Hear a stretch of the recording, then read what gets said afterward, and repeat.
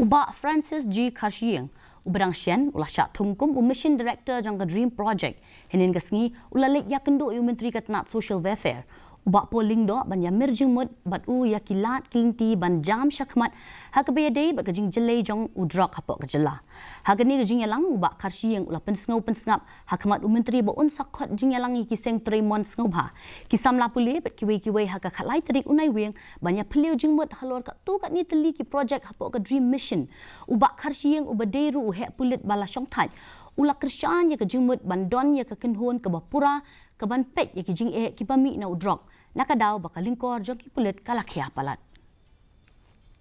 Initial aim is engaging with the community. This is very, very important.